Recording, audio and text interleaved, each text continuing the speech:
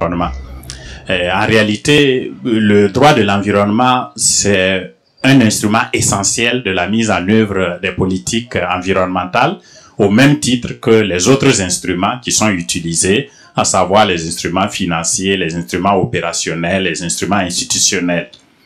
Donc, lorsqu'une politique environnementale et régionale est adoptée, il est important de veiller à adopter aussi, juste après, les instruments juridiques communautaires pour la mise en œuvre de cette politique environnementale et régionale. Selon les organisations, il peut s'agir d'une directive, il peut s'agir d'un règlement, il peut s'agir d'une décision, il peut même s'agir d'une convention.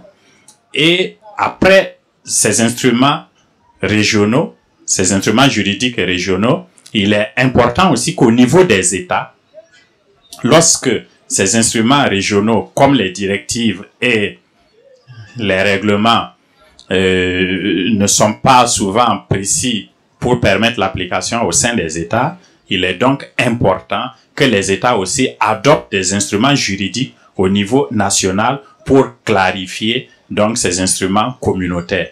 Mais le plus souvent, les règlements peuvent être facilement appliqués. C'est souvent les directives qui nécessitent l'adoption de textes juridiques internes pour l'application des politiques régionales.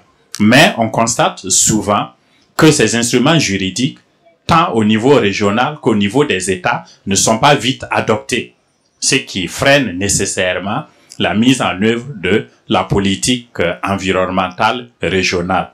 Durant l'atelier, nous avons identifié les causes, les insuffisances justement en matière d'instruments juridiques.